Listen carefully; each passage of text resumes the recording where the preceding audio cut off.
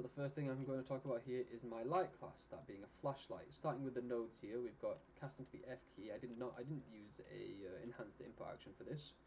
I have a flip-flop, essentially a true and false to determine on or off, and that leads to the sound effects I have for the flashlight. I've got a on and off sound effect, playing from the location of the spotlight itself, a delay on the effect to give it a bit more realism, and setting the visibility once again for on and off. Because if I weren't to have set visibility, the flashlight would constantly be on.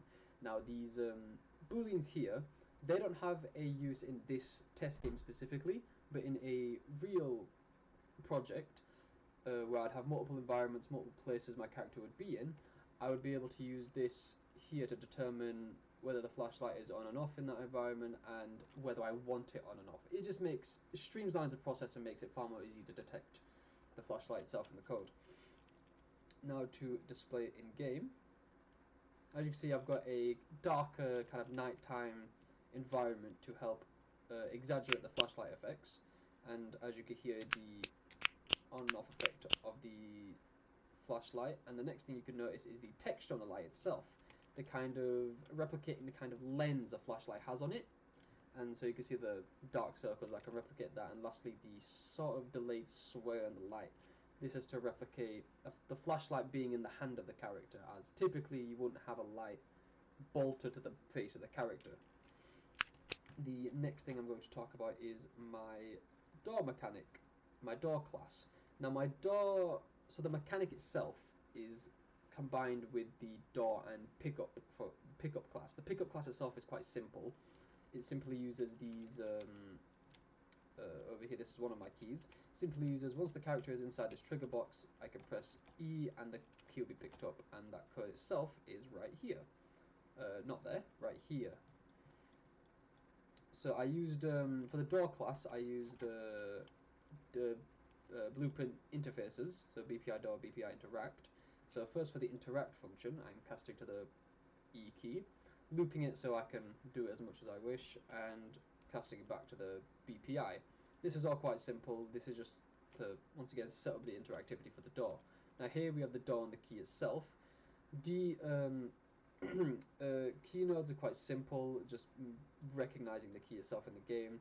But here we're casting from the interact, branching off to the flip-flop so we can once again open and close as we wish. We've got the timeline for the animation, and then the animation itself to using a lerp to allow the dog to go to and from 0 degrees, a rotation of 0 degrees and 110 degrees, and using a set relative motion to recognize it on that rotation plane, the z-axis.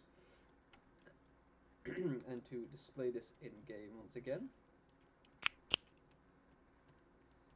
So here, if I'm pressing E, the interactivity is with the keys, same with the door. I have a hitbox around it. Pressing E, you can't open this door, nor can you open this door, as I don't have the keys yet. Now the key for this door, we'll say door 2, is inside this first building here. So we have to get the key for that door, which is right over here on this rock here. I press E, the key disappears, and now I'm able to go open this door. As you can see, this door opens up, and just to show that I've only got the first key, I still cannot open this door. So if we go back around to this building here, pick up the second key off the floor here, we go back, and we will now be able to open and close this door. So that's the display of the functions in the game. Now, due to with the file management here, I'm quite happy with my file management. Everything's labeled, everything's set out. There were these two folders here which I can't alter, because if I try to, the game, things will stop. These are like the preset folders. I tried to move them into this preset folder here, which this is things that came with the preset level that is needed for the game to work, but I didn't alter them in any way, so I put them away in the side folder. We've got the starter content, we've got my meshes here for my keys, my trees, and my rocks. We've got the materials for those items, we've got the levels in one area, and we've got the blueprints all where we need them.